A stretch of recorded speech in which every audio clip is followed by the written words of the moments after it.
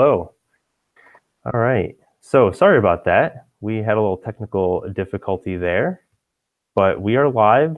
The market is, of course, very exciting because Bitcoin is down to 11,000, something like that. So let's check. There's froth in the markets. Oh, it's back up to 11,700, 11,790. So there's froth in the markets right now, which is nothing new here. And nothing unexpected.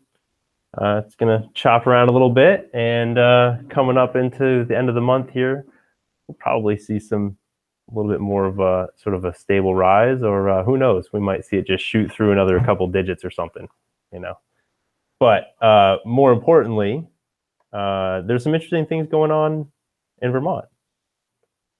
What have you been up to this week, Stephen? Oh, wow. Well, I've been working hard at other things and haven't spent a lot of time on crypto stuff. I've been checking in occasionally just to kind of cry at my portfolio. Oh. Well, but there's been actually a lot of interesting news going on, and some significant events. First thing is obviously the big correction that's happening. And if you go to CoinMarketCap and look at the volume on the total, the global market capitalization of all currencies, you see that people are leaving the space. And it's very similar to December 22nd, where we saw a downward tick. Hopefully it won't drop all the way down to 430 billion. It was about 540, 530 this afternoon. It's down from 830 or 820. Yep. And it's mostly just Bitcoin. I mean, Bitcoin goes down, and then most of the market's pegged to Bitcoin. So you see, all the related currencies basically drop down. Yeah. So we're back up. We hit a low of just below 10,000 earlier. Yeah. A few minutes ago, actually. What's this? That depends on which market you're looking at, right? Yeah, on GDAX. Yeah, it was about 3 hours ago.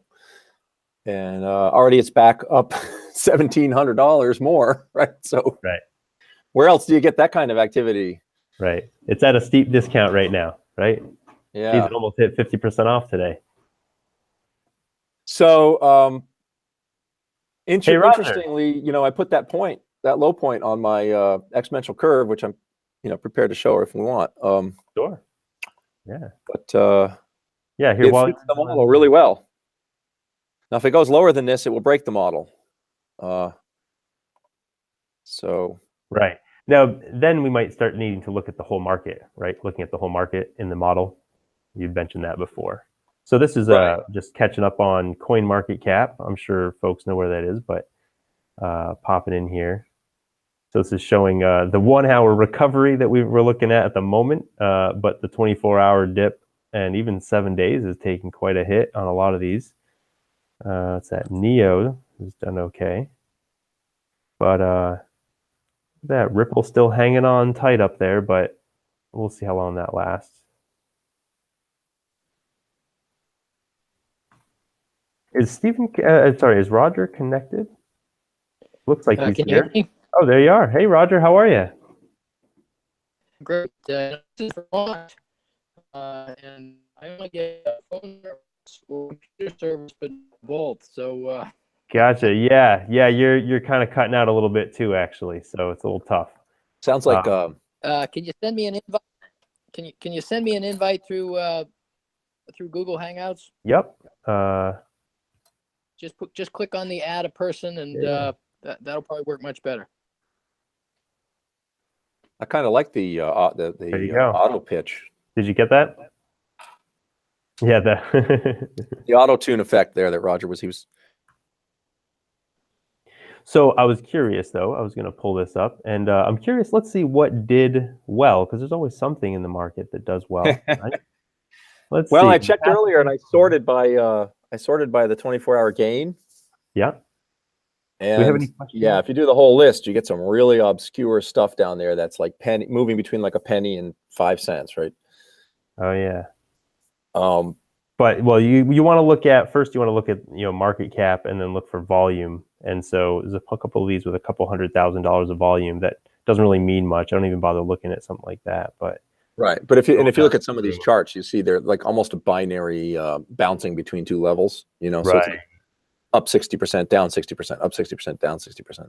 Yeah. Now this is interesting. Look at that, $80 million in total volume. But it's only got a $59 million market cap. That means more exchange than there is in total market cap on that particular token.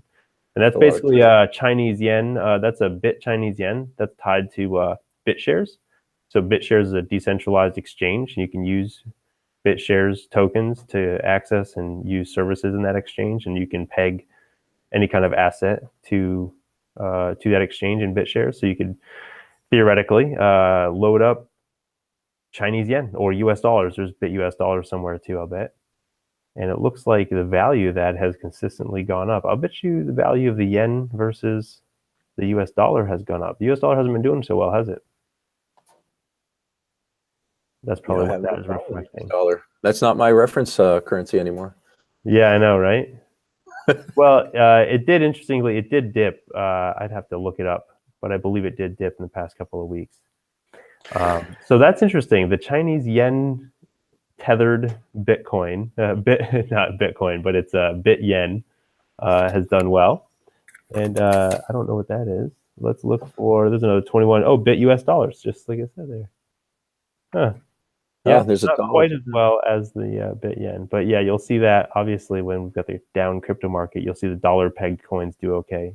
Tether's probably, which was interesting because of the two things in the top 100 coins for market cap, the two that actually had a gain as of about 3 o'clock this afternoon were, well, I don't remember what the other one, but Tether, US dollar Tether was the one that was up a couple of percent. Everything else in the top 100 was way down. Right. And then people are selling their Bitcoin for US dollars tethered, then they're trying to swap them for US dollars sometimes. Or right. Yeah, they're trying to put it into something more stable that seems to be more pegged to the dollar. I have the latest point on the double exponential curve up on my screen. All right. You want to have a look?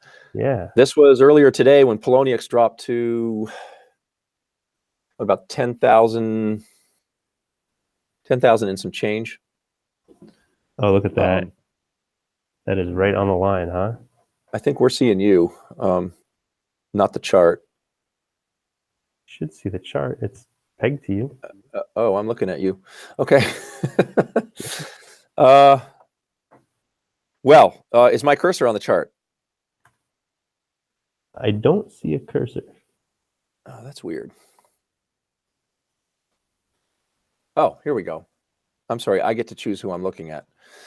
Yeah, so I had a couple of points in here earlier, right, which were obviously not a bottom yet. They were way above the line. This one ended up smack dab on the line here. If it goes much lower than that, I'm going to get a little bit concerned about the efficacy of my model. Right. But it'll be good, it'll be good to know one way or the other, right?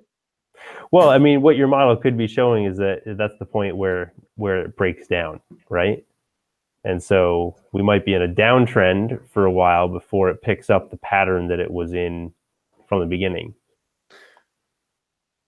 Well, I think we've had that. Now it's on that pattern. Right. So we were up in here. We were way up in here, 20,000, and then it was kind of bouncing around and coming down. What I mean is, if you went back, if you cut off 2016 and after, right, and zoomed in, you'd find similar patterns.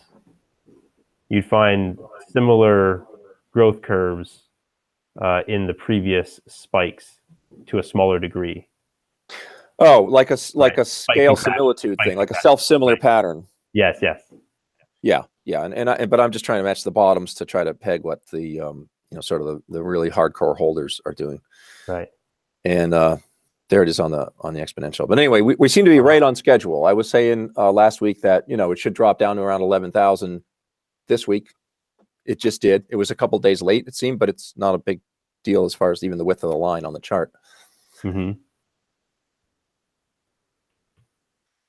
Let's Yeah, see. so that's All right. where I was going with that. With the line on the chart.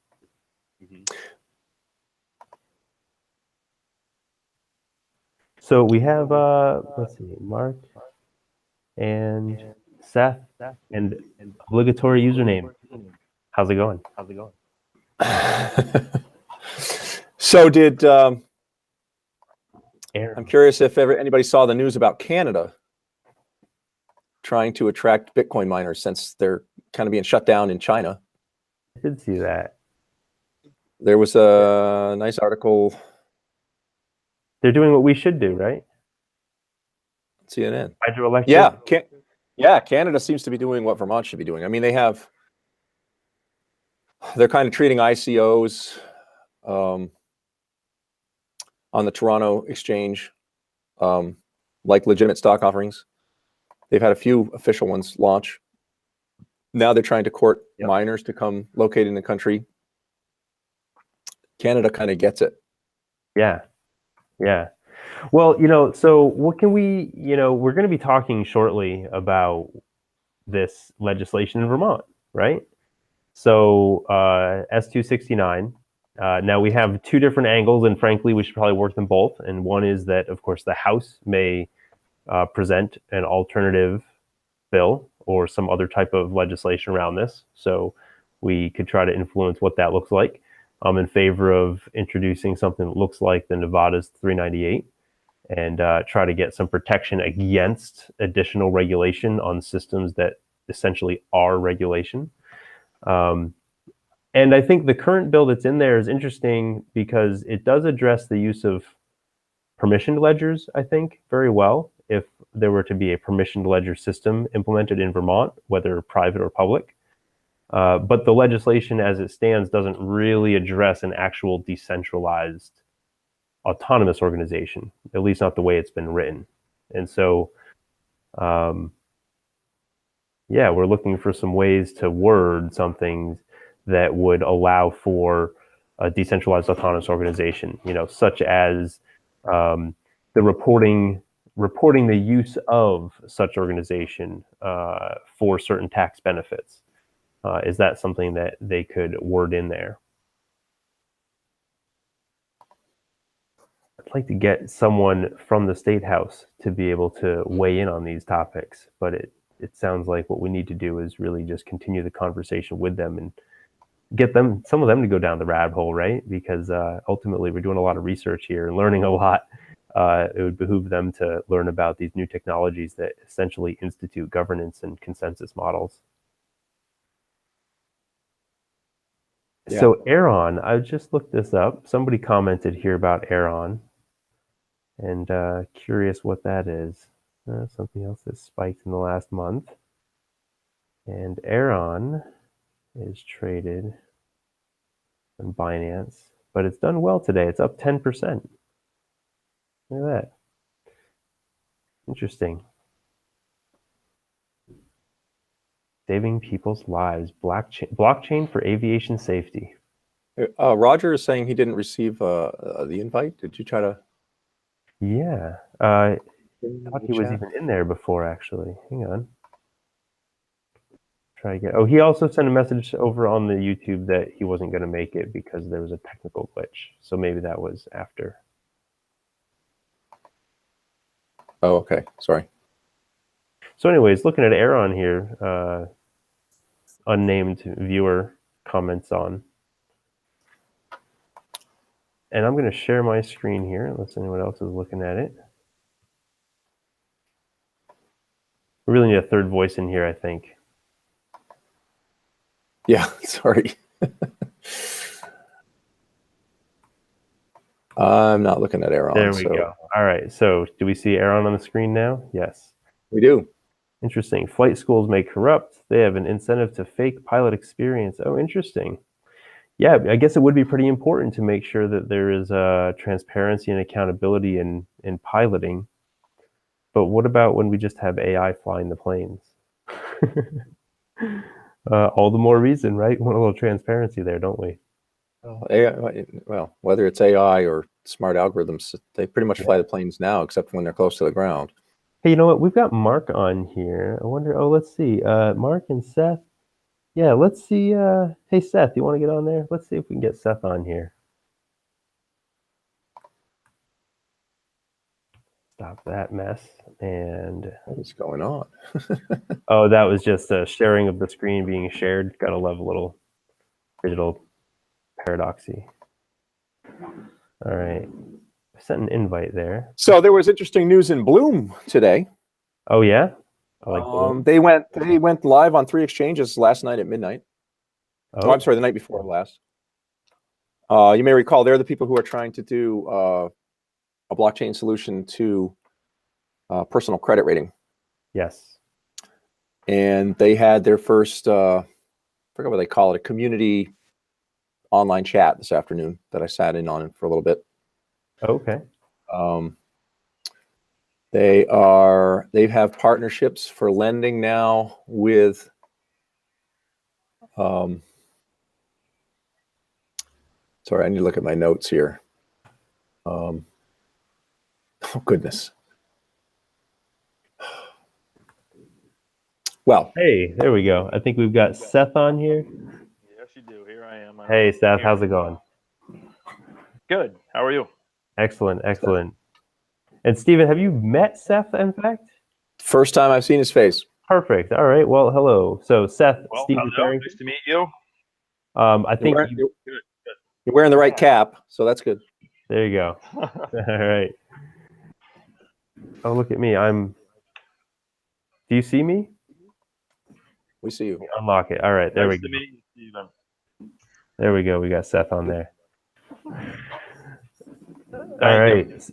So yeah, I don't know if I've ever even mentioned or introduced, but so Stephen's a resident engineer to Vermont here, and provides us lots of analytical input on. I was Bitcoin and watching an earlier episode with his credentials. Pretty impressive. Yeah, yeah, and Seth is a pharmacy technician who's also active with some of our legislative conversations in Vermont. And I read his proposal. Yes, that's right. The author of the Vermont cryptocurrency proposal. So welcome. How's your week been, Seth? My week has been really good. Yeah, A little bit of working, lots of snowboarding the last 3 days. So excellent, good. excellent. Me too. Yeah. So, sorry, Stephen, what was the rest of that news with Bloom?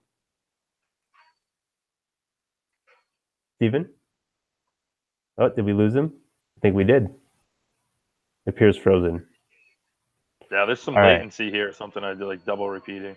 Yeah. Anyways, well, he was talking about Bloom, which I've actually watched a little bit about. I haven't seen the recent news on them, but I do know that they've got a number of partnerships they've expanded with some peer-to-peer lending groups, and basically they're just trying to bypass the whole need for the credit scoring system as we know it, and give us control of our identity and our credit. Let's see, Bloom, hellobloom.io, I believe is the right. Yes, hellobloom.io. Say hello to inclusive credit. So they're partnered with District 0x, which Oh, there you are. seems to be a pretty big name in the space. Yeah, my thing cut off for a bit. Okay. I don't know what happened. Gems, ETHLend, and about a half a dozen other people already. They've got partners who are both lending on-chain and lending fiat. Oh yeah. Individuals, and they've got a 5-phase plan to build out the product. Next phase is to add some better attestation, put some dApps on there that have some real value, and they're on 3 exchanges. They're on EtherDelta, which no one seems to like. Right.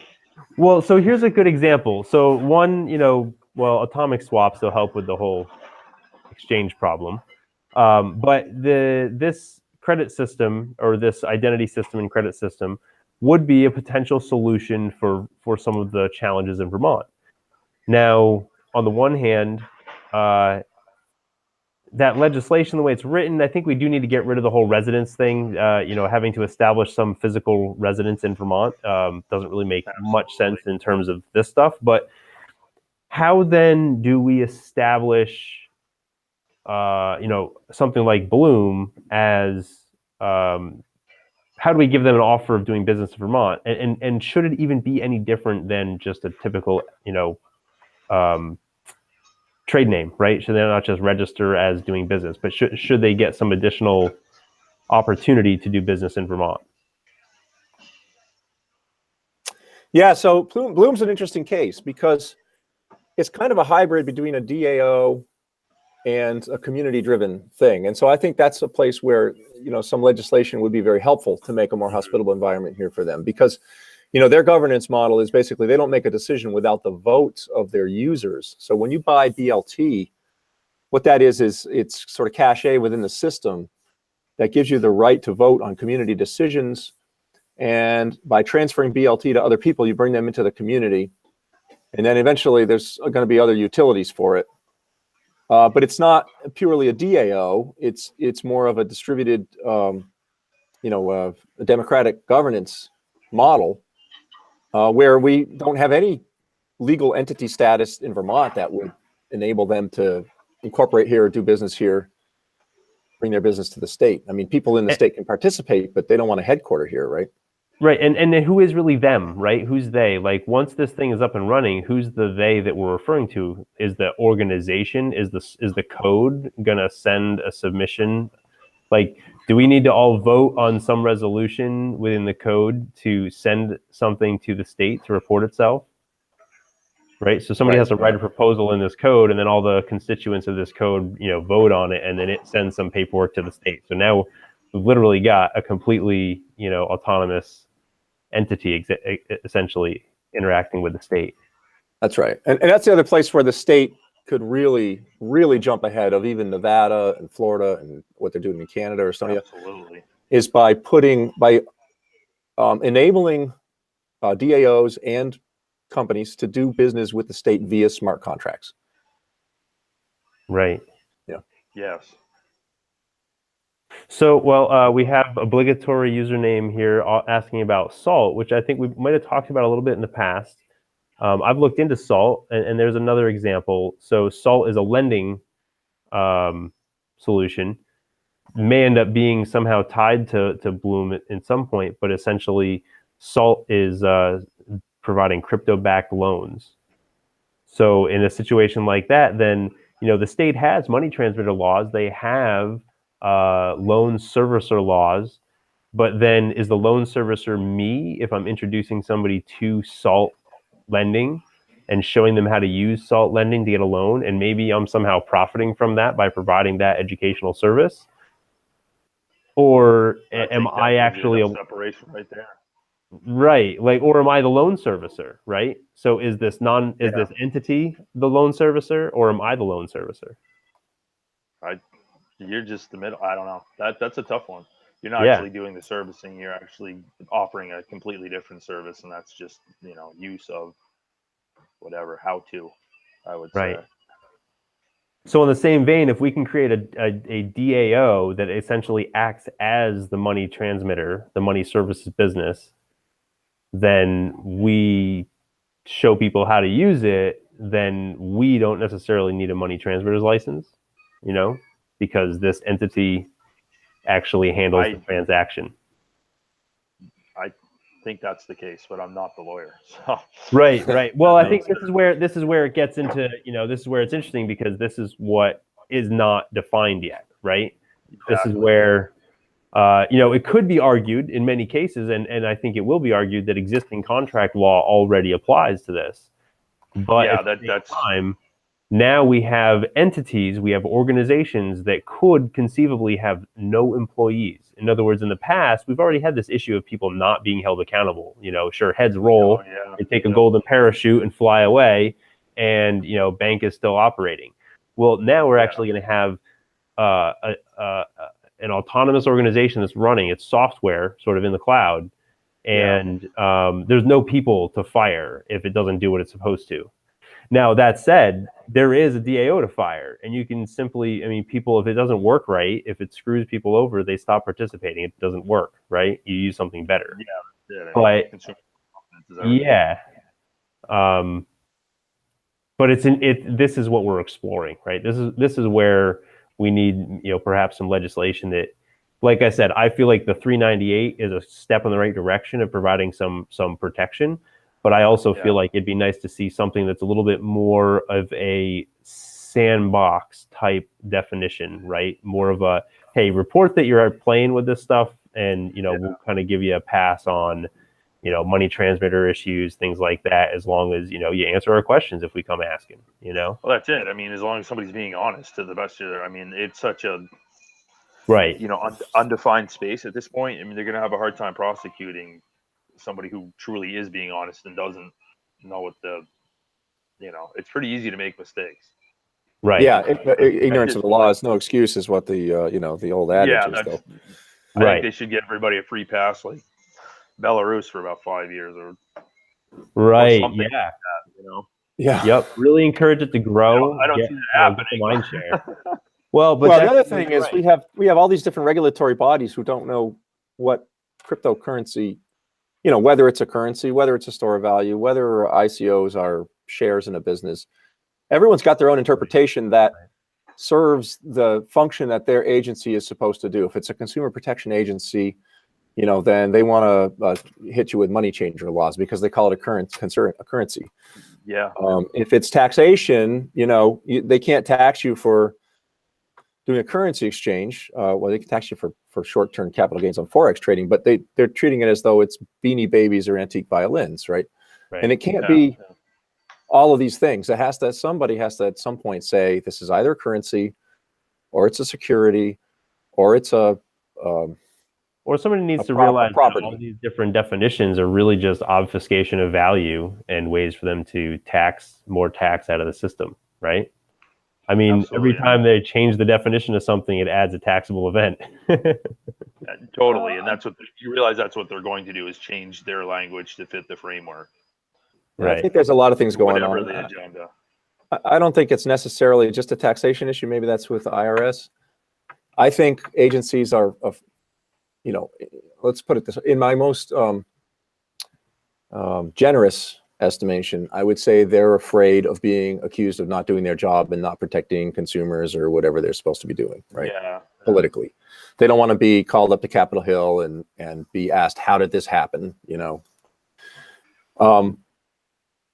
On the other hand, it could be, turf protection. They want to make sure they can regulate everything they can, so they justify their existence. Having worked a lot with the federal government, I know a lot of that goes on. Yeah, absolutely. There's all kinds of different possible motivations. The biggest problem is lack of communication, lack of understanding among the agencies. Huge problem. Getting on the same page.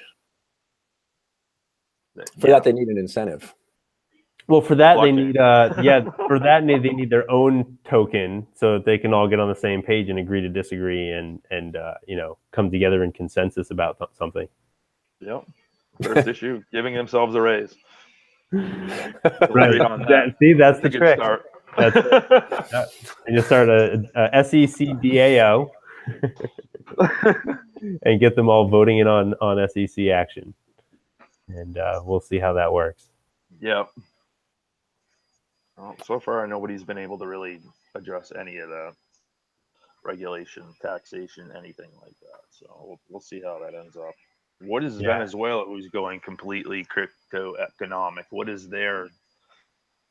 Oh, I just read. So I didn't see much about taxing. So Venezuela talking about trying to call 11 other countries in to adopt a state cryptocurrency. Yeah, exactly. Yeah. So did their Congress do an about face on that? Because I thought that came out of the executive branch down there that they were going to have a petro coin. Yeah. And the Congress said you can't issue a currency without our approval. Okay. That was 2 days ago. Okay. Good. Well, good update. Yeah. I was just wondering how they're going to deal with that. Yeah, I don't know. Ultimately, there's going to be some way to tax transactions when it ultimately comes down to using this on an everyday level, a merchant level, eventually. I mean, it's really not that hard at the end of the day. I mean, they can pretty much, basically every transaction, it's all electronic, so they can hook it up pretty easily if they're going to make it their. I mean, they're not going to have to tax it. the transaction it's fee built will in go to the anyway. state, and Yeah. and that's it, and that's the way Yeah, they it just functions. skim a transaction fee off it in the process if they could. So that's my question: is how, what makes these cryptocurrencies? Are they truly distributed networks, or does the government own all the servers when they say, we're going to put out whether it's a crypto ruble or whether it's a petro coin or whatever, what's the plan? I mean, why would the people have any more faith in this than in any other government-issued, government-backed? I think if you can incentivize the people to have some faith by sharing some of that comes back down to splitting the transmission fees if at all possible. It's not something that exists yet, though. I have kind of reached out to some people who are playing around with, writing some of this stuff. They said it can definitely be built, but it's not something that exists yet because I don't think anybody's even come out with how they are going to address the taxing. Everybody's pretty tight-lipped as far as the bigger organizations go. Hey, Ben. Hi, Ben. Nice baby holder. Yeah, beautiful. Oh, Ben joining us. He's just Great. I thought you'd like that, Seth. There you go. I do. So yeah, I mean, taxation is an interesting conversation to bring up around crypto because it's like taxation is really much easier with crypto. It's not a hard thing to do. It's the issue is some crypto can be used to avoid taxation, right? You can go privacy, and you can go deep into crypto and get out of sort of the view of taxation, but that's one issue. But that's what with just a recent comment about like Swiss banks, like that's an issue of itself. And that's another conversation, right? We start to get into the conversation of, well, okay, so if we can learn to manage how we use money, then the idea of the Swiss bank isn't such a big deal. But then again, when it's full of gold, it still has asset value that people leverage. This is the same thing, right? It has asset value that people leverage. So if you start to realize that you can by process of elimination, essentially, you can ultimately, even in a pseudonymous or completely private coin, you could start to recognize who has what, right? Because even if say like everybody adopts cryptocurrencies, right? They're all different kinds of cryptocurrencies, but there's some privacy coins, right? And say the privacy coins make up like 10% of all transactions. Well, that in itself gives you, something to look at, right? Yeah. And so through process of elimination, you can identify who has which coins, and then at a certain point, you can devalue them, right? You could say, we don't accept that coin anymore. And you know what? If the majority of people are going to adhere to that willingly, without taking without it being a law, without the government saying, don't accept that coin, but the government, or really anybody, the news, just saying, this coin really is, we've been able to identify it is like 92% used for black market stuff, and it is being used for this, that, and the other thing. Well, then people can just say, well, fine, we won't accept that coin. And if people won't accept that coin and people choose not to do business in that coin, then that devalues that coin and it limits that market's ability to operate. So, privacy coins have their value too, because there are certain things like freedom of speech and there's oppression that needs to be, we need to be able to fight against it. And that's how some of these privacy coins can help us fight against that. But there can still be an effort to be thoughtful of, at least where you send your capital, right? Where you tend to spend your dollar vote. Yeah, well, that's the thing. I'd like to see as much of that that's done on an in-state basis, stay in state. I think this is the technology to help that happen. Yeah, and so from this, there's all these different projects popping up that are great, but like Bloom Credit, like the state can do that, right? The state can say, hey, let's create this open source thing that has this credit thing that gets started, maybe even right from elementary school level. The kids start establishing credit through some, Good Samaritan, citizenship things. Still missing is the household budgeting that used to be part of Home Ec, like the economics part of Home Ec. Yep, a certain amount of education built into the system. And then that can be seamlessly linked into whatever they go in the future, whatever global systems, people decide to connect with. Dog saying hi. Right on. Awesome. Now maybe he'll leave me alone.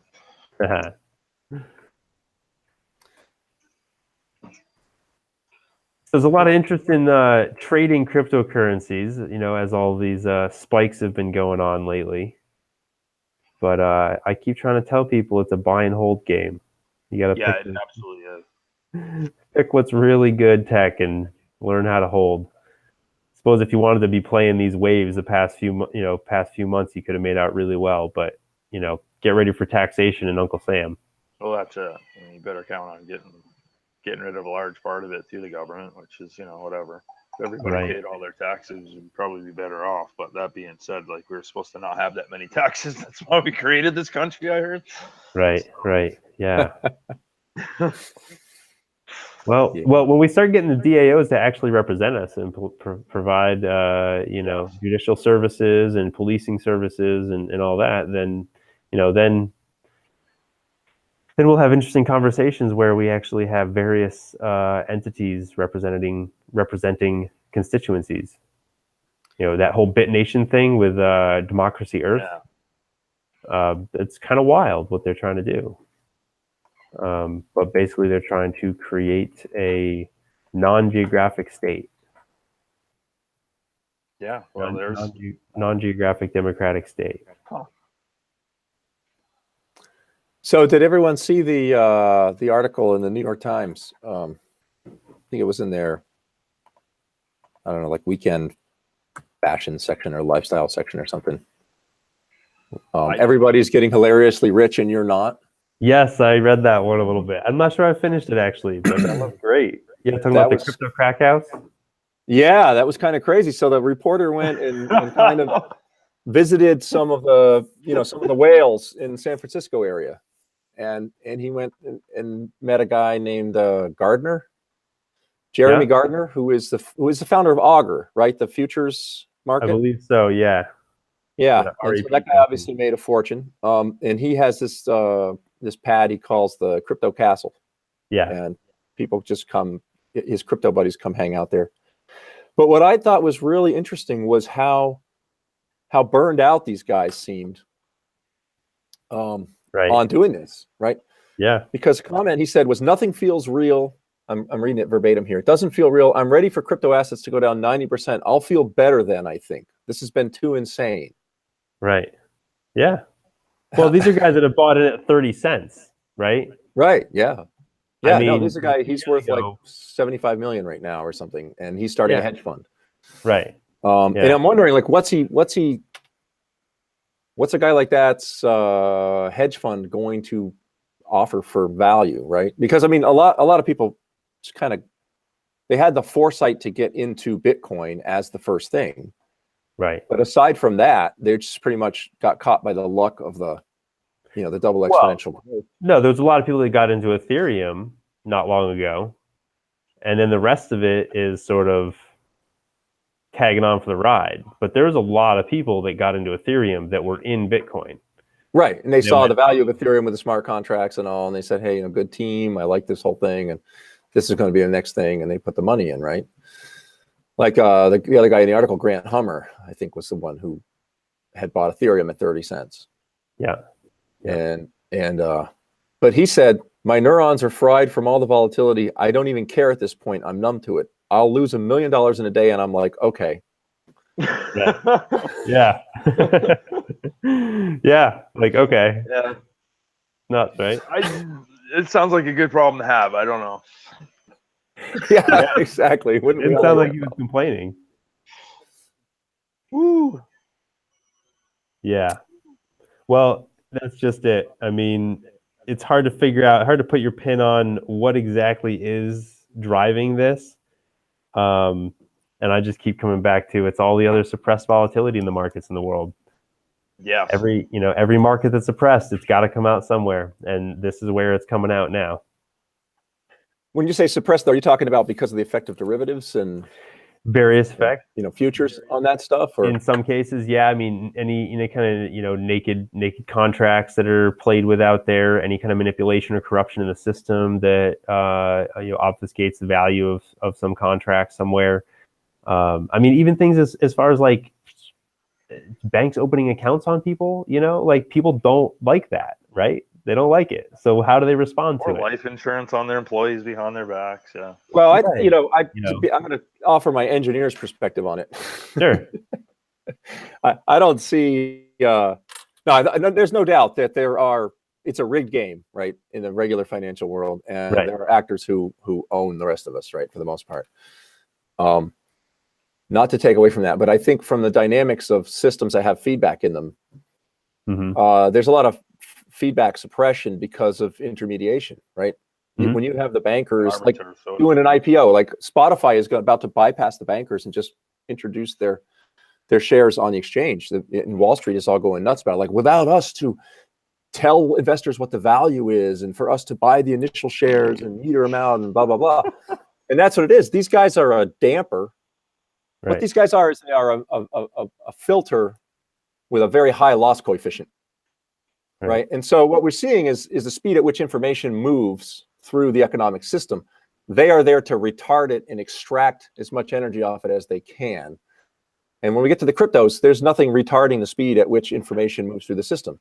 Right. It's peer-to-peer, person-to-person, or through these exchanges, which are, since they have no derivatives on them, they have no futures trading. They are just the same thing as if we were transacting peer-to-peer on the blockchain. Right. I mean, we're just on the order book. Yeah. So. Right. To me, it's more of an information theory thing, and we see this volatility because we have more rapid feedback, and we don't have suppression of signals and sapping a middleman smoothing out the gradients to extract their little bit of energy off of them. Right. Truth. Yeah.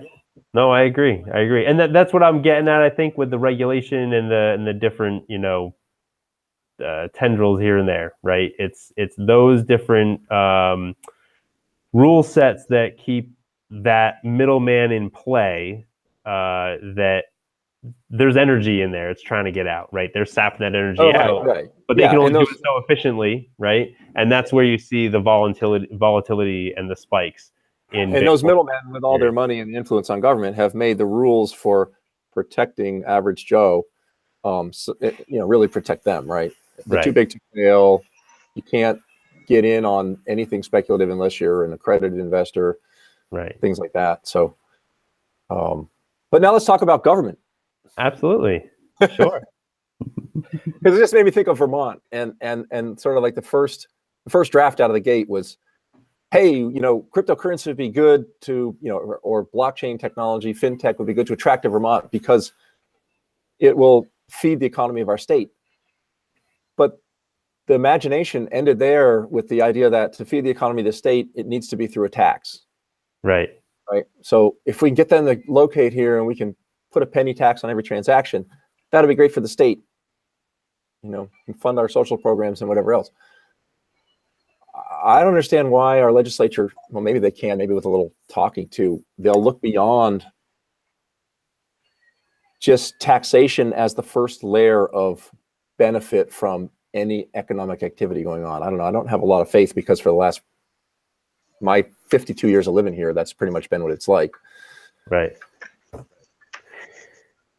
Well, the tax isn't a terrible idea if the way I read that, and again, it needs to be worded a little more clearly, but it sounds like they're saying that it would be in lieu of other taxation on the activity, right? So in lieu of a sales tax on a cryptocurrency sale, there would be a transaction tax. Now, if the transaction tax is somehow close to or even much less than sales tax, that would be a great boon, right? And if we can create more sales, but here's the thing. Now, if it doesn't have to be a lot less, right? But it could be significantly less, right? Sales tax was 6%. Well, so that's what I'm saying. Sales tax at 6 cents. At 6% in our state is already a burden on us. It has driven all of the retail beyond the borders. You drive across the river in White River Junction from a town that hasn't grown in 30 years into West Leb, which is all sprawl and development that we don't want in Vermont. Well, the reason it exists over there is not because they failed to ban it. It's because that's where people go to build business. Right. But To satisfy the sales tax on a house? demand of people driving across the river from Vermont. But what's the sales tax on a house? Down here in Brattleboro. What's that? What's the sales tax on a house? I can't answer that question.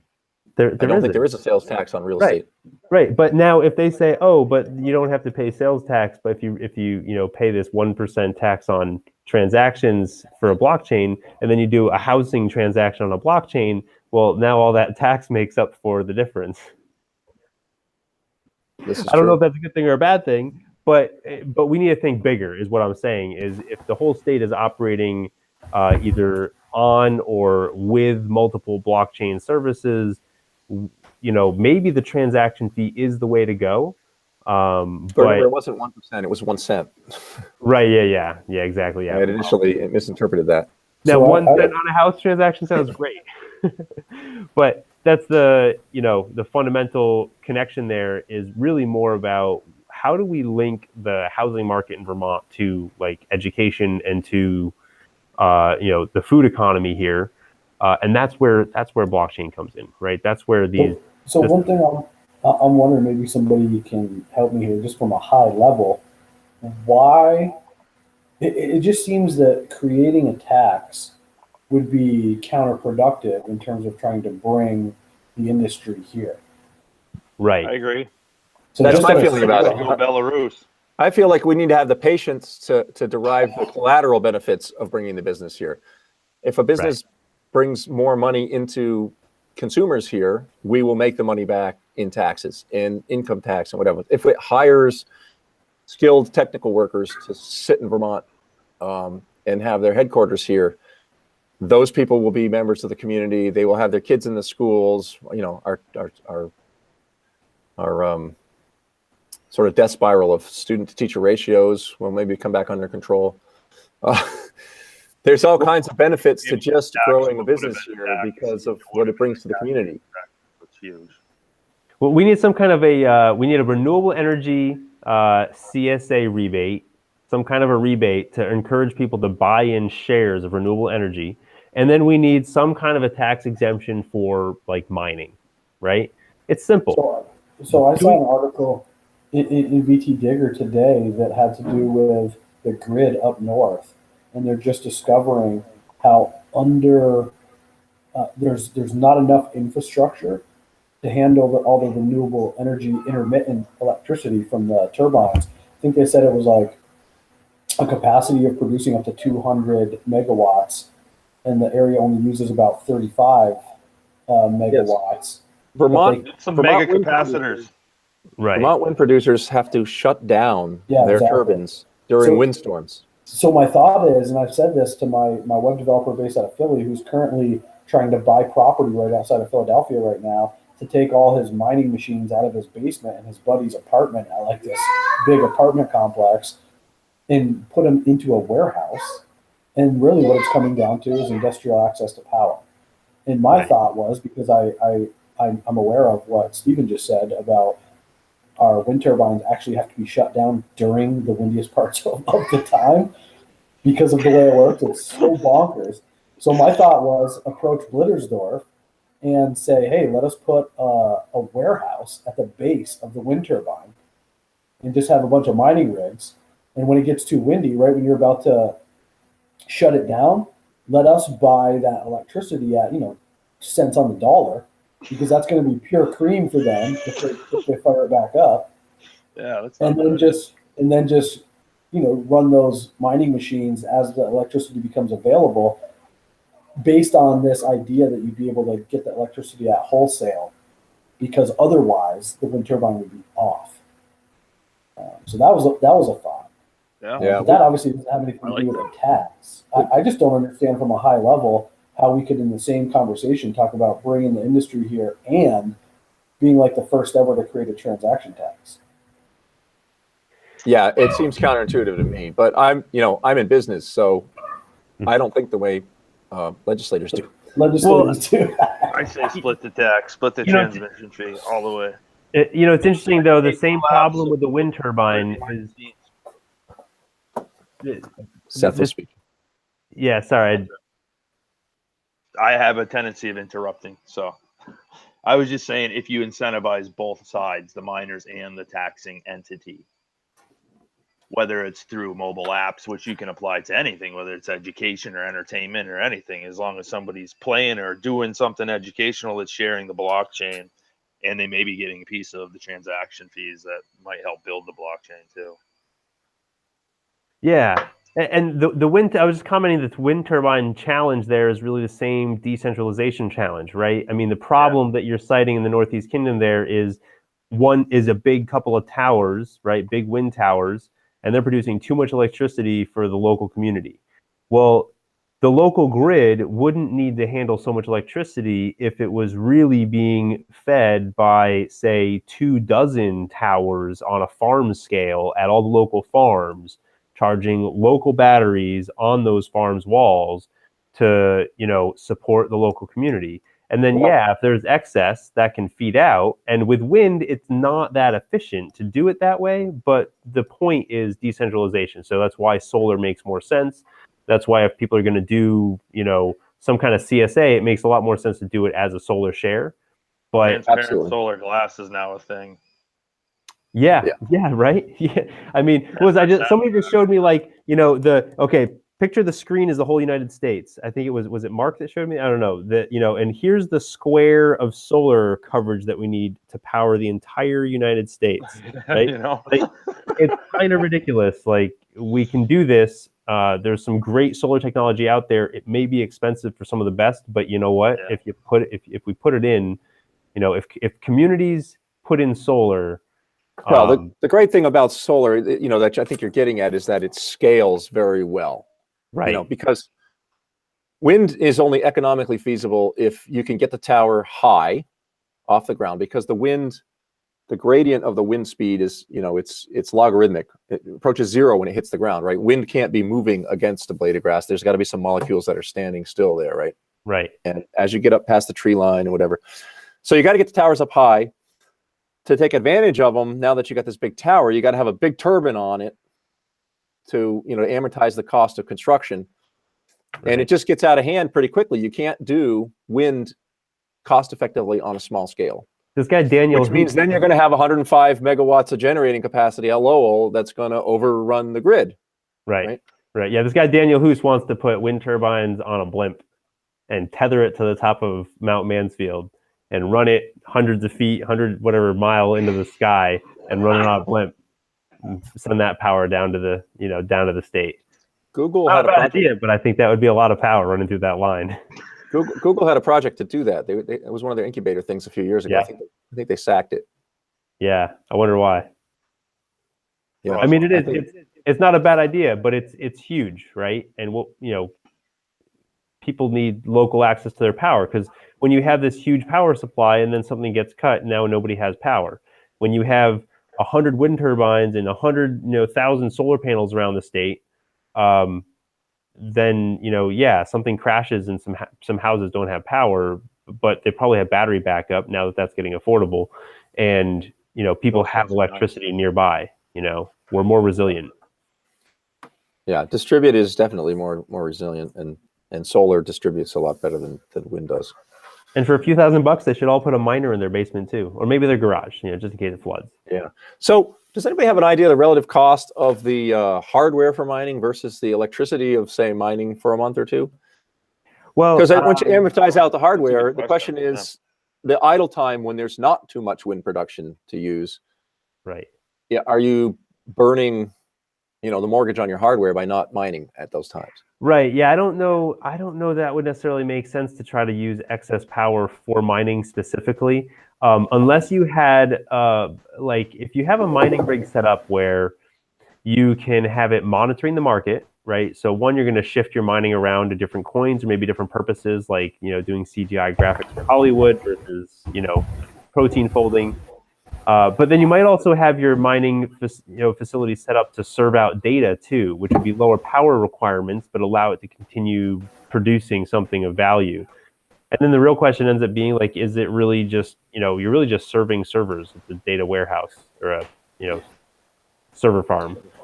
Well, they're competing functions, right? Because mining Right. is not memory intensive. Serving is. Right. So what I mean is to have the serving going alongside the mining wouldn't necessarily be a problem and would give you the ability to, again, be bringing in. So it's really not so much mining. It's the idea of putting data centers at the base of high power production facilities in order to conceivably offset or hedge, right? We're just balancing our investment fund, right?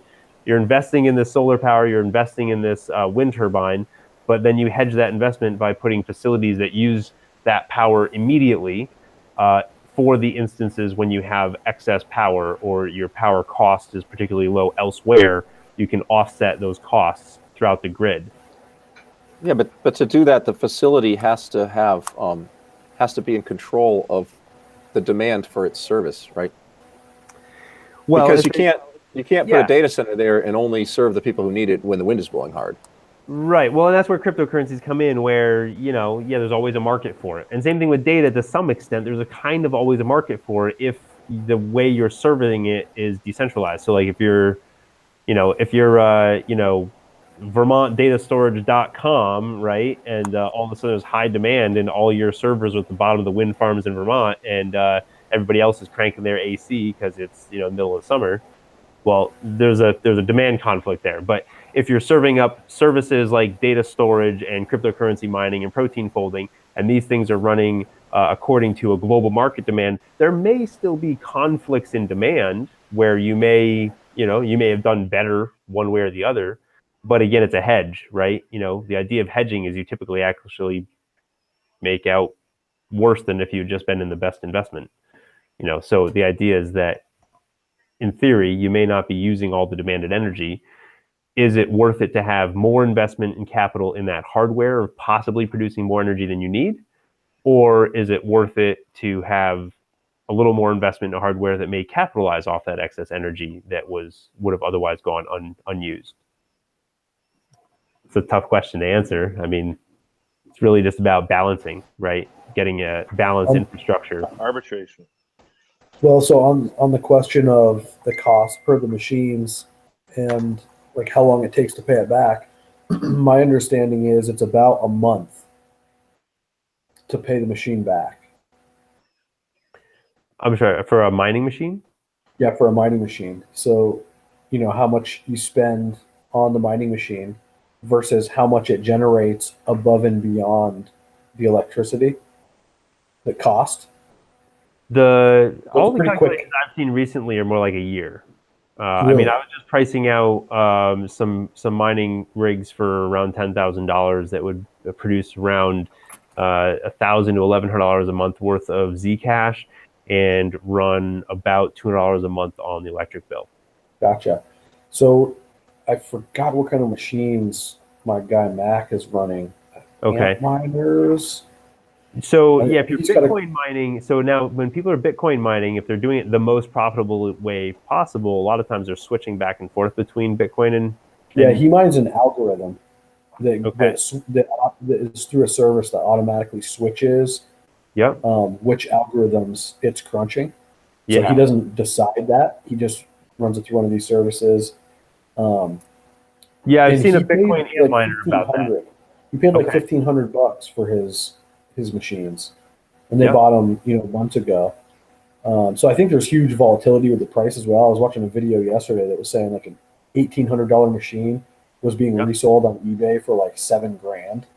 Jeez. Yeah. Bro. So that obviously Do your plays in homework. huge. Right. Yeah, totally.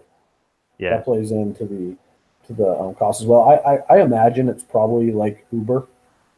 Once you crunch all the numbers and really, depreciate all the assets and everything else, especially if you're doing it in your house, Right. and your time and account for your time. Right.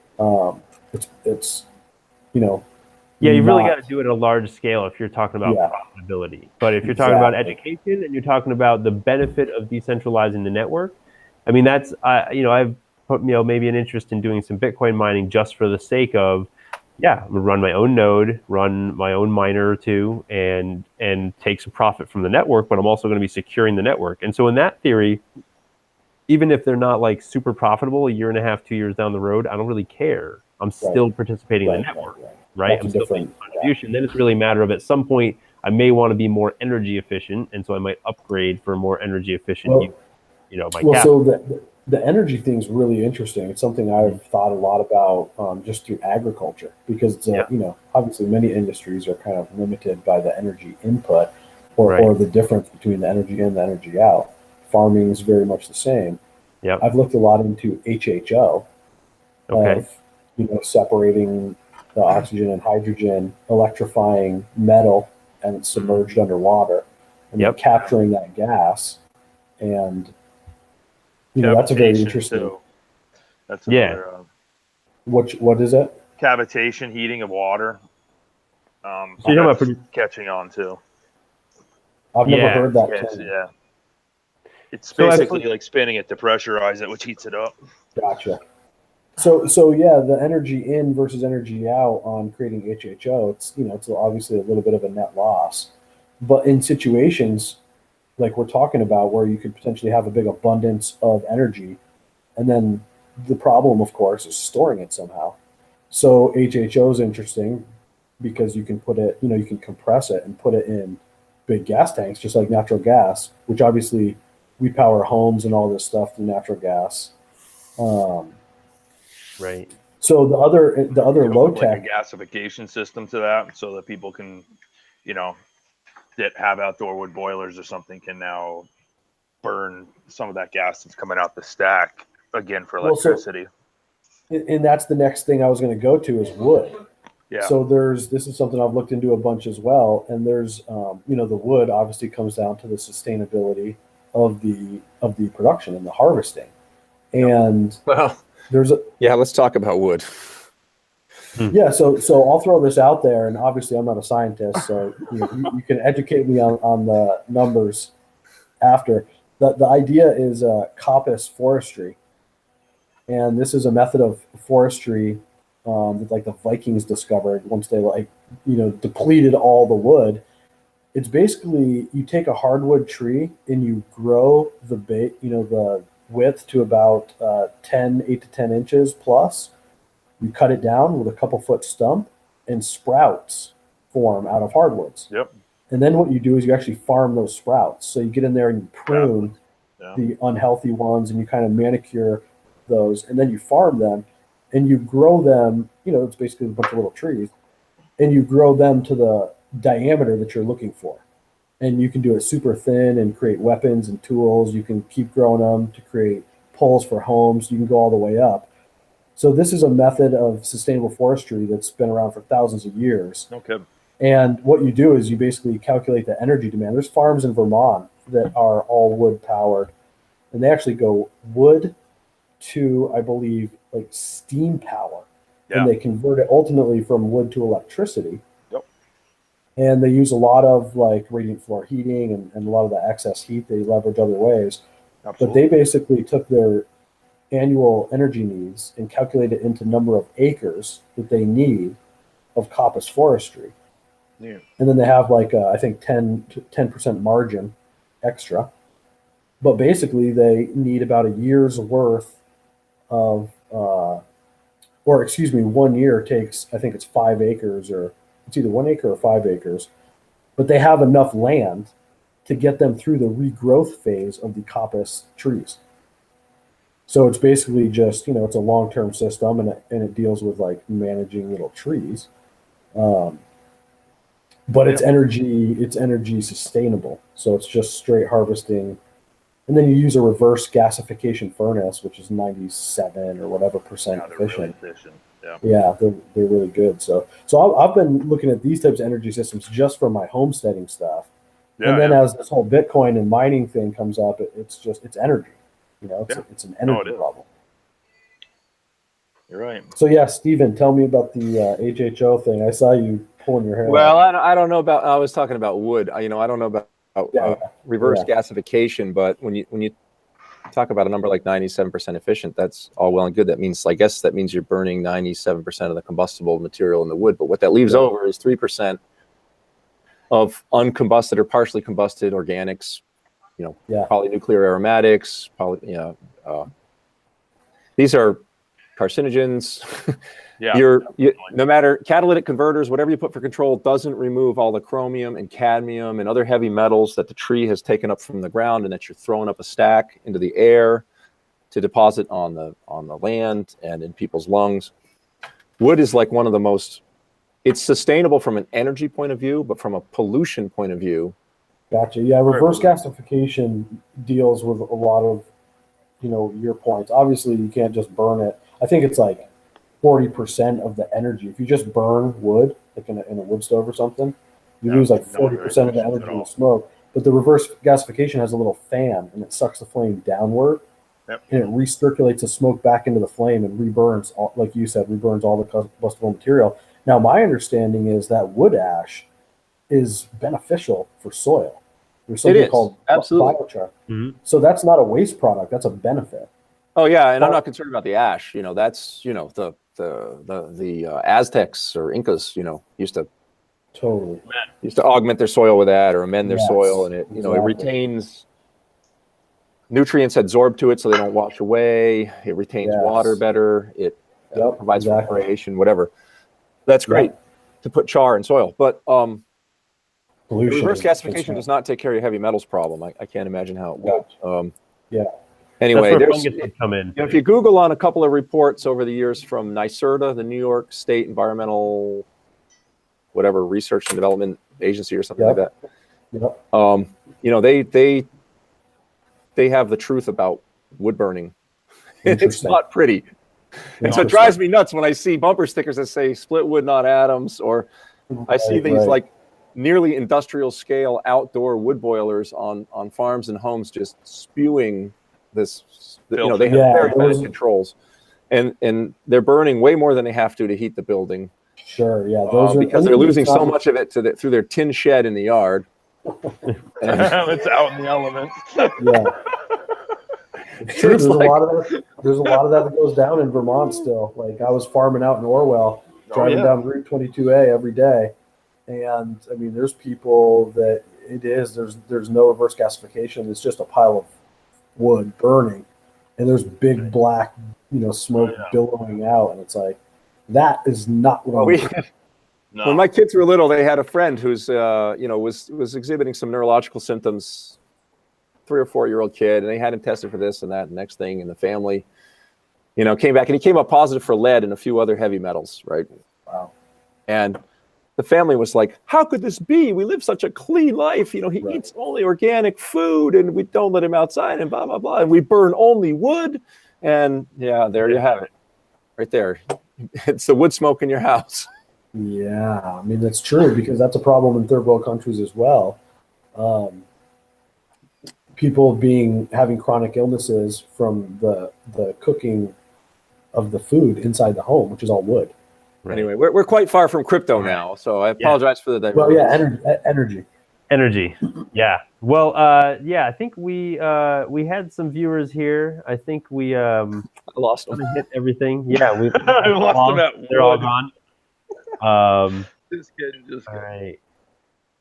I didn't realize that there's people viewing. I don't see Rob's in there chatting.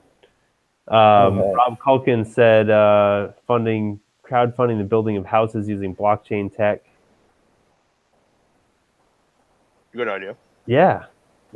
I mean, that's the kind of thing that we need to figure out how the state can really, really encourage and make happen. And I think it really comes down to, is it really so much they need to do much, or they just need to say, hey, we're not going to get in the way?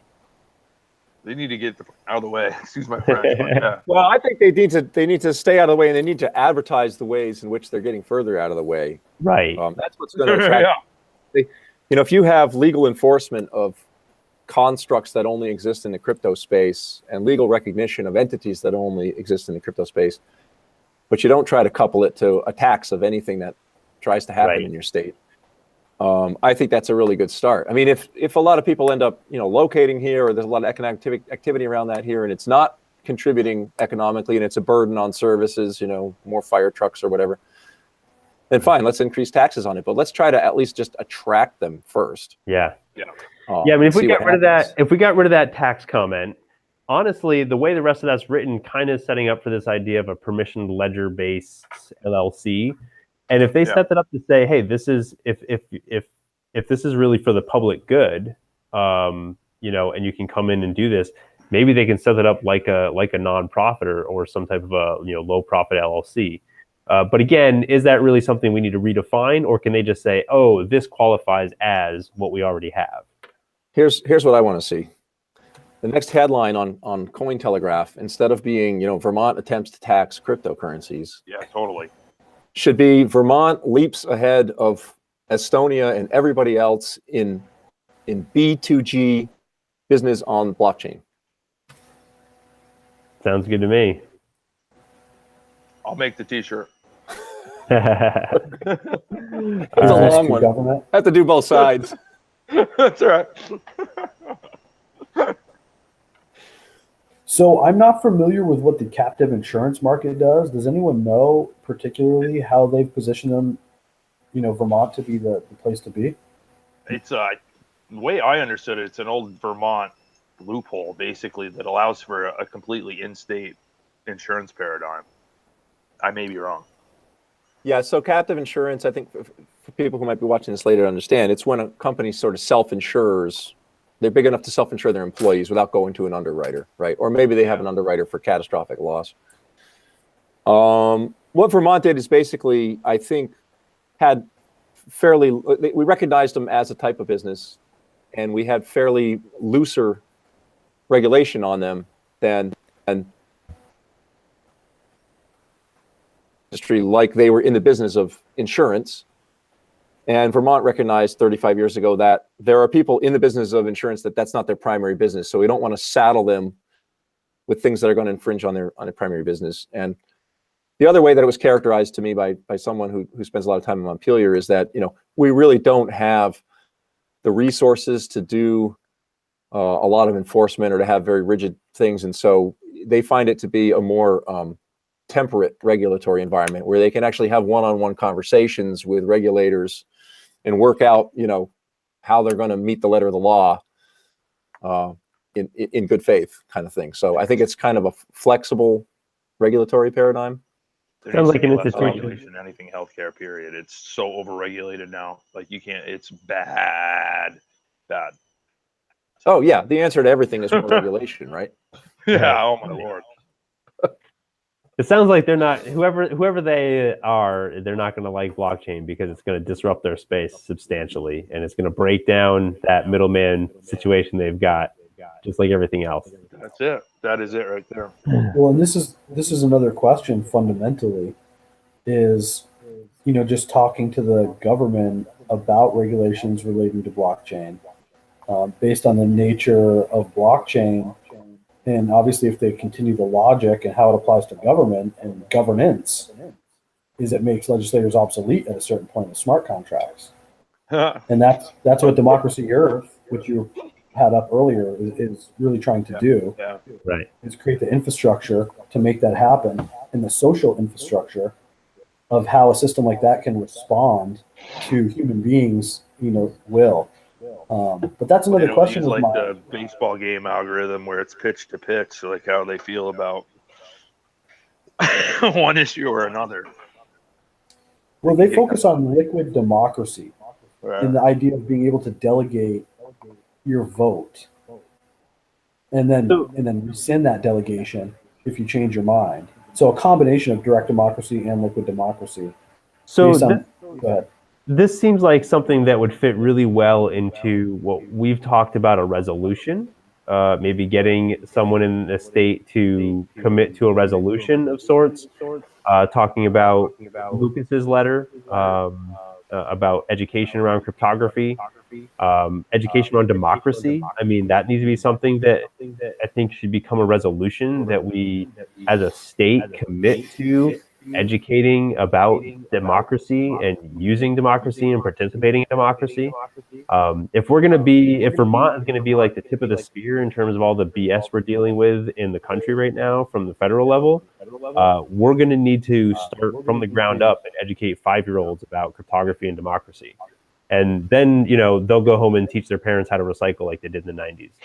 That's true to from a branding and marketing perspective, should the conversation be framed as a conversation about digital democracy rather than a conversation about cryptocurrencies and blockchain in general? Well, I think crypto period.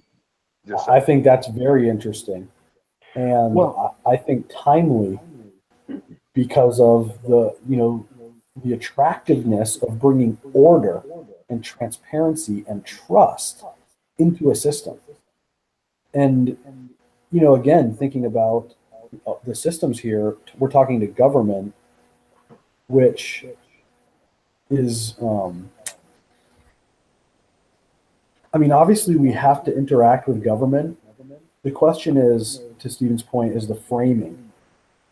So you're suggesting the EB5 transaction should have been on a publicly inspectable blockchain? Yeah, exactly. I think that's it. Is that Bitcoin's been around for 9 years already, and we're just talking about this stuff because it's been adversarial.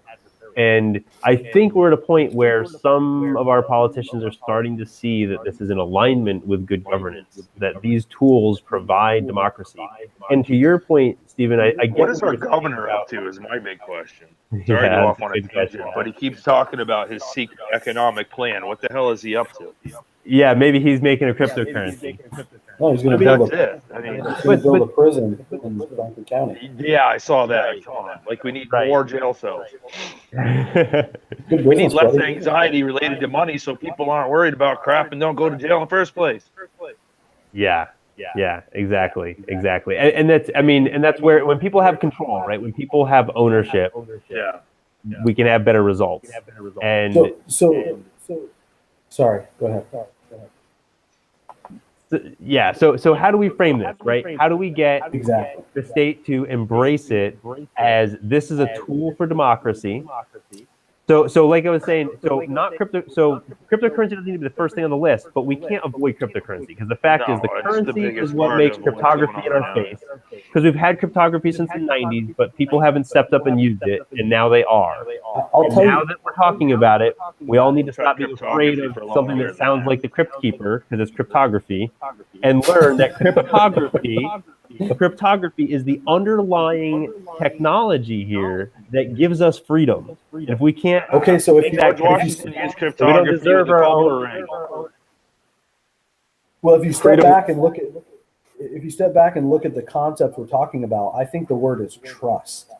Yeah, that's a word that people understand and they lack. And what cryptography gets at is that it wasn't tampered with. You can trust the result. One thing I think is super interesting about blockchain in the context of democracy in particular is this idea of consensus and proof of work and proof of stake.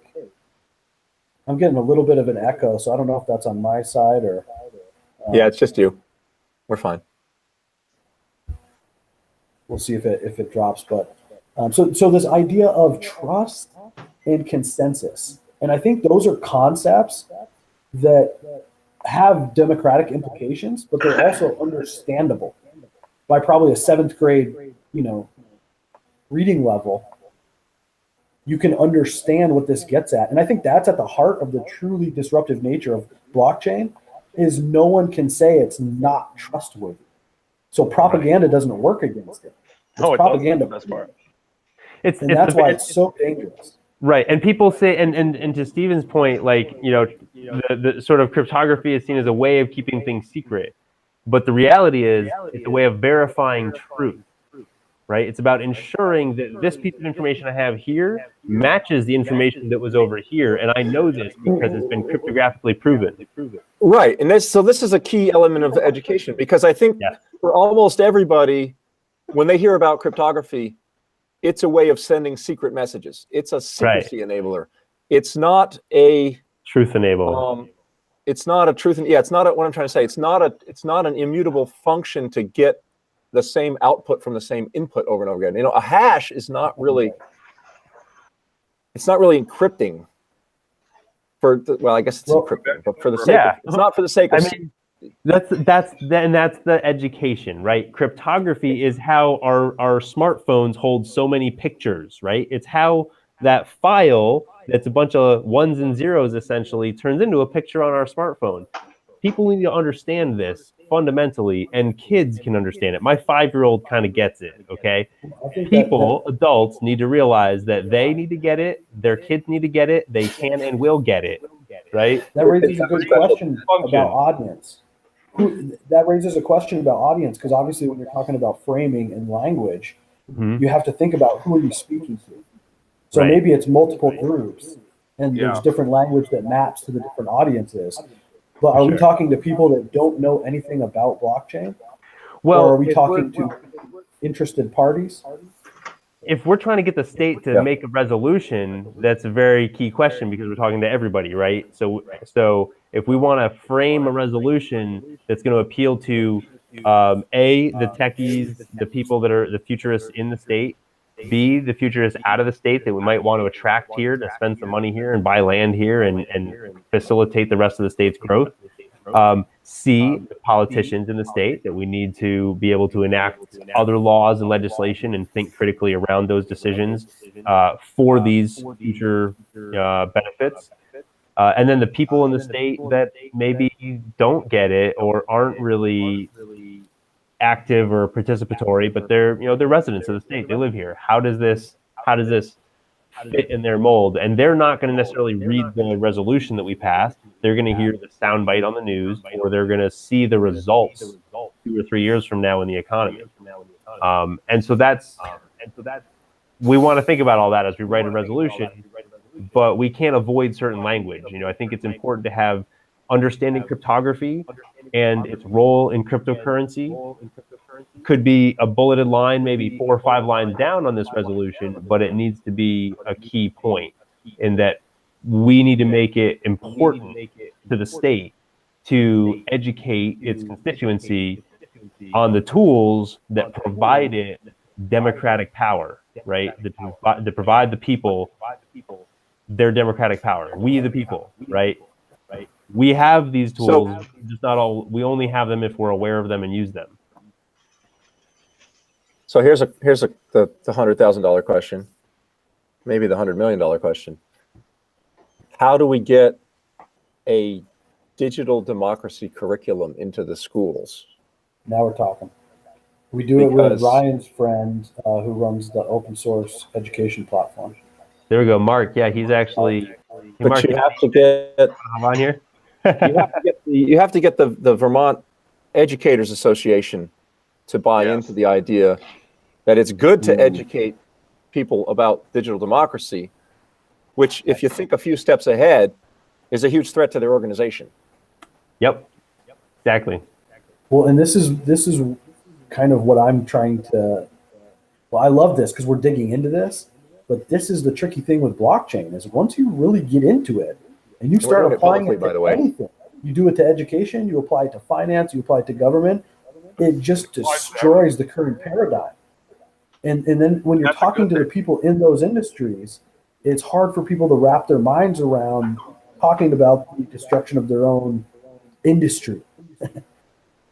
The other thing that's to keep in mind, though, is like you said before, Ben, because you're very cognizant of and cautious about unintended consequences, is the digital divide, and having faith that the apps will emerge and they'll be easy to use. I think we overthink that. I've thought about that a lot, and we talk about it a lot. But at the same time, unfortunately, the reality is that our population is getting younger, right? Because they've all grown up with us. As far as having apps in their hands. And things so we're definitely looking. I think you're our senior in this conversation, and you're quite technically savvy, and you may not be the norm, but I'm the old man. Your contemporaries have a smartphone. Your contemporaries use apps. And most of the folks that are on the other side of that digital divide are on their way out of society or are becoming dependent on those who are not on that side of the digital divide. Well, I would say we still have decades in this little state of Vermont, there's still a whole generation. I mean, and they happen to be the only ones who are still living here. Right. Well, and the other thing is, a lot of people have devices, but they don't have access to high-speed internet. That's the problem. So, almost 30% of Vermont actually does not have access to high-speed internet. Trump's going to fix that. This is strategically why I went all in on voice, particularly. Wait a minute. But the press release from the last administration said, we had achieved 95% broadband penetration. Right? Yeah. You can run a 56K modem in 95% of the state. Right. Maybe when it's not cloudy. A guy actually died. A guy actually died in Vershire a few years ago because they didn't have the infrastructure to call an ambulance when he was having a heart attack. Oh my goodness! Wow. Hey, Mark. Mark joined us here. We mentioned open words a minute ago, and I figured I'd invite Mark on here. And we were just talking about how to use the open words to expand education in Vermont. Hi there. Can you hear me? Yeah. Oh yeah. Well, do you guys have any questions or about open words? Well, yeah. Actually, I would be curious. How easy would it be for schools in Vermont to adapt the framework? Yeah, for them to say, hey, you know what? We want to use open words to start teaching some curriculum. Well, we're pretty close to being able to do that. So the system is up and running. And actually where we are as a group right now is we're looking towards different states and different countries and their university systems or school systems. And we're looking for some state that's made a commitment to open source, free software, open educational resources. And we're looking for them to build basically the first examples of curricula and lessons. So it's totally possible. Absolutely. Excellent. Yeah, I actually heard from my wife that the Spanish teacher at the Lime Elementary School was interested. All they need to do is contact us. Email is up there at openwords.com. Awesome. So I just want to say, I want to say one other thing, if you don't mind. The reason I'm really interested in crypto is because I'm the founder, director of an open educational resources organization, Open Source Education, and I really can see that crypto is kind of like open source finance, basically. And so they're basically on parallel tracks. Awesome. Yeah, and if the state were to be adopting cryptocurrency sort of methodologies, they could conceivably be incentivizing the development of curriculum within this platform, creating a perpetuous educational resource for the Vermont community. And I should mention that you and I talked about this, Ryan. There's the possibility that maybe the first clients that we have would be engaged in mining cryptocurrency to pay us, and we would accept cryptocurrency. I guess I should say that publicly. Sure. We'd be happy if our first dollar wasn't a dollar, but was a pure coin or a folding coin or something else. Nice. Awesome. Yeah, so you mean the state could fire up some servers and start doing work to cure cancer, and then you would accept that as payment to help them build out the curriculum? Absolutely. Correct. That sounds like a pretty win-win. Absolutely. It's a win-win-win society too. Yeah, absolutely. Cool. Yeah, Gridcoin. In fact, you mentioned that you'd heard from some of the developers at one of these coins. Yeah, that's right. I talked to them because I wanted to explore whether or not they thought that was a good model. So I gave them a brief introduction about OpenWords being an open source language learning web application, and that we needed to build curriculum, and propose that model that I just described to you, where universities mine cryptocurrency or do useful calculations and earn cryptocurrency, and then pay the tokens to us in order to build lessons.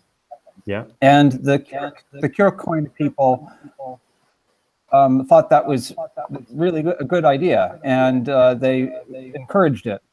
So the only real question is if the said university would have strong enough computers to do the mining. And their thought actually was that it might even be preferable to dollars because they wouldn't have to pay us up front.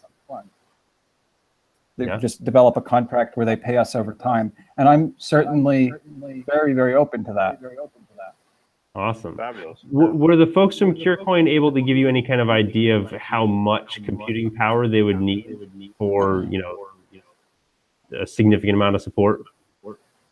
No, I don't have that information yet. So it could turn out to be a dead end. Okay. But we do know what the grid coin and folding coin and CureCoin are worth, and we know how many are issued a month. So it would depend, and so it would depend on how many people are out there mining right now. But if, for example, we were to convince the State University of New York system to engage in this, I would assume that they have very good computing resources, and they might be able to raise a significant amount of money, right, and a significant amount of tokens. Awesome. So we're exploring it. Yeah, thanks for asking. Great. Yeah, I think that's a great model, and I think in general it gives a good kind of framework for really, and again, the educational aspect of this, to get people thinking about value creation, right? Stop, get off of the sort of profit. Where's the bottom line, and where can we just create value at every step of the cycle? Absolutely, build as much value for everybody as possible. Yeah. And OpenWords is a great example of that. And I think in the process of it being a potential first point of contact where people start, getting educated on the platform to begin with, it creates a perfect window of opportunity to introduce them to further concepts. And I'd be curious, actually, Mark, I meant to ask the other day, would your platform be able to facilitate teaching of a programming language? Like, can you use your platform to teach its own markup language? Well, I think I don't know. I don't know the answer to that. Okay. We don't have a lot of bandwidth. Our idea was to specialize. So the short answer at the moment, I'd say, is no. Programming languages are pretty different in some ways from human languages. Maybe in the long term, possibly yes, but I wouldn't say yes right now. Cool. So, but it could easily be a way that not only you can use it to learn a language, but part of the educational experience could be students actually creating curriculum within the platform for their own peer-to-peer use, for the sake of the exercise of creating their own curricula. Yeah, that's possible. So in pedagogy, this is actually called flipping the classroom. Yep. It's a strategy that educators are using a lot. It doesn't always yield good results because students aren't excellent curricula designers, but it's certainly a good exercise where the students can think about what material they should have and then try to build that. And if and any of the students succeed, of course that could be reused and recycled and shared and modified and made better. So it's a really good idea, and it's called flipping the classroom. Right. And then that, of course, could be tokenized, which would mean those students would be able to see in real time the tokenization of the value they've created. Yeah, I think that makes sense. So you're really outlining a lot of the things that I would really love to see in the next year or so. Awesome. Fantastic. So Cool. could I ask a question about Yeah. the open source software? I in my mind, I imagine it as Udemy or something like that. Is that similar to the context we're talking about? I haven't looked at that recently, so I don't think I can answer that. I would need to look at it more closely. You had made an association with Duolingo. Is that the one that Mark said it was similar to? There's some similarity to Duolingo, I think, in the interface.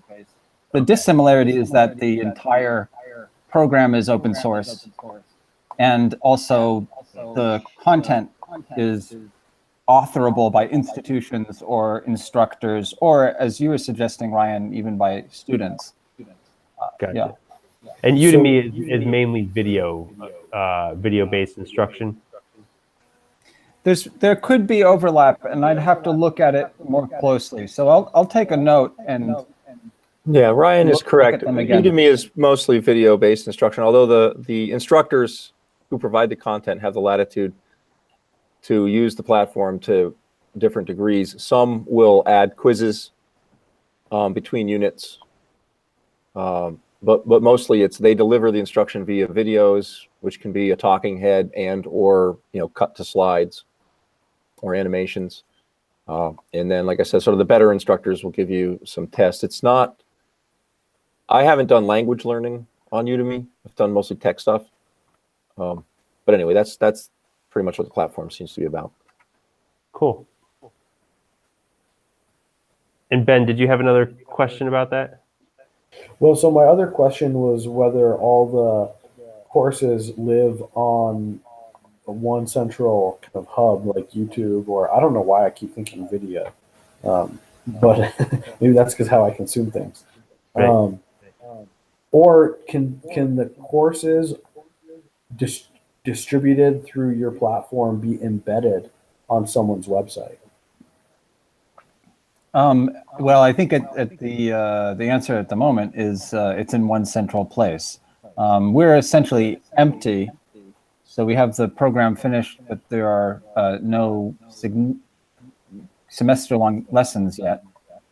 And at first they'll be at one place. Given that the language for representing the problems and lessons and exercises is completely open source, that's the kind of strategy that you would want to take if you wanted it to be embeddable in other systems.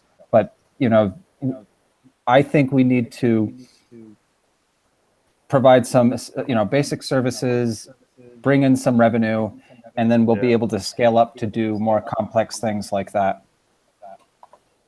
Cool, thank you. Awesome. Cool. Well, I think we've run up an hour and 45 now. I'm going to I think we'll cut this off from the live feed. I thank you guys all for jumping on here. It's good to chat. We'll be up in Montpelier tomorrow, trying to push some knowledge the direction of our state house. And I'll probably do some intro to blockchain presentations in the cafeteria there. And I believe I posted that on the government blockchain meetup group. Anybody want? That's 8:30 we're meeting? Yeah. 8. 8 or 8:30. I think we're shooting for 8. Seth? Okay. All right. We'll do 8. Cool. Well, I'll pick you up. Yeah. All right. So 8:30. 8 o'clock should be good. That'll give us a nice early start. And we'll see how many heads we can turn, right? They'll have to turn when they see us smiling, even with Bitcoin down. That's right. Yeah, don't forget to wear your big gold Bitcoin medallion around your gold chain around your neck. I was thinking about this. Okay, That will really down. I was thinking about this. put them. We maybe need to do a little vote. See, buddy of mine's got his kid who does go-kart racing. Okay, so I was talking about sponsoring the go-kart, but then I thought, you know what? I don't want to sponsor my company per se. I want to have him put like a Bitcoin logo with a QR code. So I want to donate a little bit of Bitcoin for him to put the logo on there with with his own QR code, so his kid can receive Bitcoin for his college fund or whatever on the side of his go-kart. And if he gets like a couple of videos out, that's wherever, and anybody can pick that up. But I'm thinking Bitcoin or Litecoin, maybe we should put out to a little vote and see, if we want to promote a different coin besides Bitcoin. But I was just kind of mulling this over. I'm going to chat with him about it. Think of a few athletes on the snow that could use the same paradigm. Yeah, absolutely. For real. Yep. So what do you think about this? If we want to be totally Bitcoin loyal, or if I don't know, if I want to maybe go Litecoin or Gridcoin, right? I mean, hey, Vermont coin. Vermont coin. Well, hey, if we get some Vermont coin going, we get that code launched. I know Stephen will run a node. I'll run a node. Marc will run a node. Yep, you bet. I'll run a node. Yeah. Ready to rock. Let's launch some Vermont coin, and we'll sponsor the go-karts with that. Awesome. All right, guys. I'm going to disconnect this now. Thanks for watching.